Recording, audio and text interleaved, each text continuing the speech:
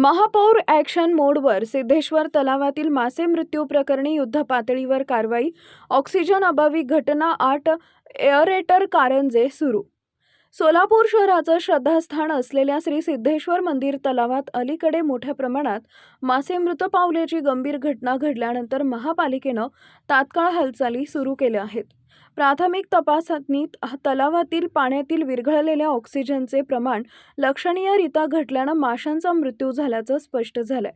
घटनेची दखल घेत महापौर विनायक कोंड्याल, महानगरपालिका आयुक्त डॉक्टर सचिन ओंबासे तसेच सिद्धेश्वर देवस्थानचे चेअरमन धर्मराज काडादी यांनी वरिष्ठ अधिकारी आणि मंदिर समितीच्या पदाधिकाऱ्यांसह तलाव परिसराची प्रत्यक्ष पाहणी केली. यावेळी पाण्याची गुणवत्ता, मृत माशांची स्थिती, स्वच्छता, उपाययोजना आणि तांत्रिक बाबींचा सविस्तर आढावा घेण्यात आला.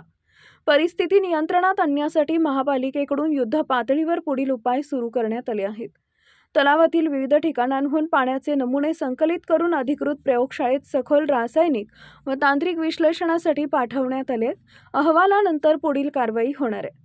पाण्यातील ऑक्सिजनचं प्रमाण वाढवण्यासाठी महापालिका व सार्वजनिक बांधकाम विभाग यांच्या संयुक्त विद्यमाने 8 एअरेटर कारंजे तातडीनं सुरू करण्यात आले. तलावातील सेंद्रिय घटकांचं विघटन वेगानं व्हावं आणि दुर्गंधी कमी व्हावी यासाठी बायोरेमेडिशन्स प्रक्रिया सुरू आहे. महापौर विनायक कोंडाल यांनी स्पष्ट सांगितलंय की सिद्धेश्वर तलाव हे सोलापूरचे नैसर्गिक वैभव आहे. जलचरांचे संरक्षण आणि पर्यावरणीय संतुलन राखणं ही आमची जबाबदारी आहे.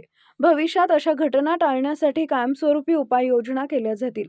आयुक्त डॉक्टर सचिन ओंबासे यांनी स्पष्ट केलंय की तलावातील पाण्याची गुणवत्ता नियमितपणे तपासली जाईल. आवश्यक असल्यास अतिरिक्त एअरेशन यंत्रणा व तांत्रिक उपाययोजना राबवण्यात येतील. तसेच नागरिकांनी तलाव परिसरात कचरा टाकू नये असं आवाहनही करण्यात आलं आहे.